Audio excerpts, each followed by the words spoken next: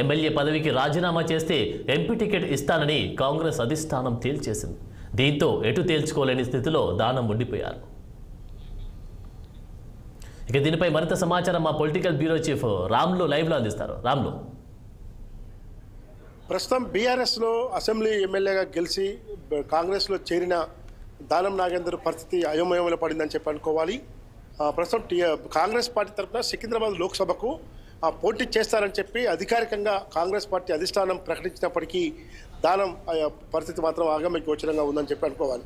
దానం ఎప్పుడు కూడా ఈ మధ్యన రాజకీయాల్లో చాలా ఒడిదొడుకులు ఎదుర్కొంటున్నాడు. 2004లో అప్పటి వరకు కాంగ్రెస్ పార్టీ ఎమ్మెల్యేగా ఉన్న దానం నాగేందర్ అకస్మాత్తుగా 2004లో టీడీపీలో చేరి ఎమ్మెల్యేగా గెలిచారు. మళ్ళీ ఎమ్మెల్యే పదవికి రాజీనామా చేసి వైఎస్ హయాంలో కాంగ్రెస్ పార్టీలో చేరితే అప్పుడు ఆసిఫ్ నగర్ నుంచి ఓడిపోవడం జరిగింది బీజేపీ మీద కాబట్టి ఆ తర్వాత 2009లో మళ్ళీ ఎమ్మెల్యే గెలిచిన దానం నాగేందర్ వైఎస్ హయాంలో మంత్రిగా పనిచేశారు.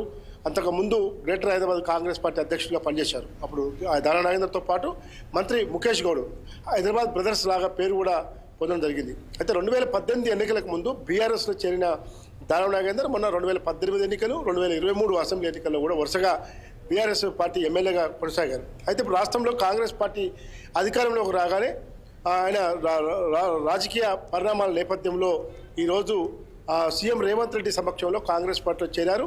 చేరిన వెంటనే అతన్ని సికింద్రాబాద్ పార్లమెంటు అభ్యర్థిగా కూడా కాంగ్రెస్ ప్రకటించింది.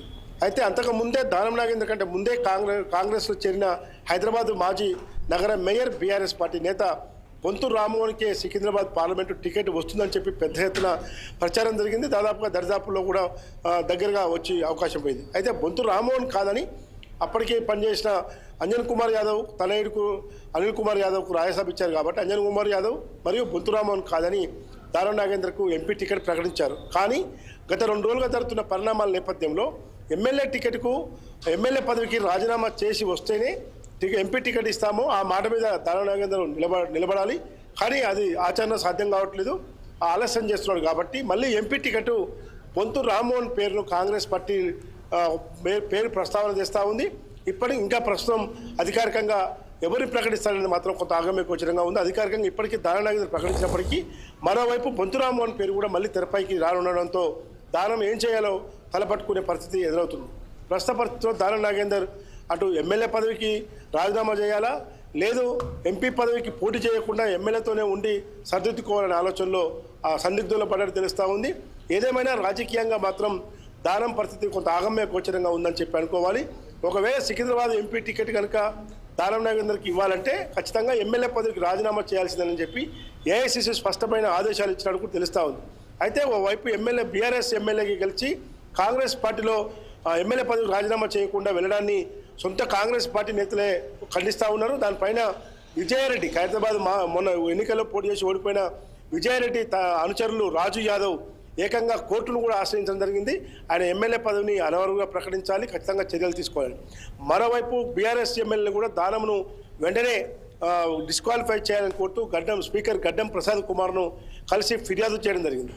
ఈ విధంగా స్పీకర్ గడ్డం ప్రసాద్ కుమార్ను కలిసి బీఆర్ఎస్ ఎమ్మెల్యేలు ఫిర్యాదు చేయడం, సో కాంగ్రెస్ పార్టీకి చెందిన రాజు యాదవ్ హైదరాబాద్ నాయకుడు కోర్టుకు వెళ్ళటం, తర్వాత ఇప్పుడు సికింద్రాబాద్ ఎంపీ టికెట్ ప్రకటించినాక మళ్ళీ తెరపైకి బొంతు రామ్మోహన్ పేరు రావటం వంటి పరిణామాలు చోటు చేసుకుంటున్నాయి.